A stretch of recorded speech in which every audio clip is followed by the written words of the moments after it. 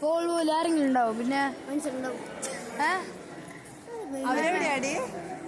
അവരെവിടെയാ? അവിടെ അണ്ണാനെ കളിപ്പിച്ചു കൊടുക്കുന്നു. നമുക്ക് ഇവിടുന്ന് ഭക്ഷണം കഴിക്കണ്ടോ അല്ലേ? പിടിക്കാൻ അതിന് ഒരു മണിക്ക് ഇറങ്ങിയാലല്ലേ വേറെ എവിടെ നിന്ന്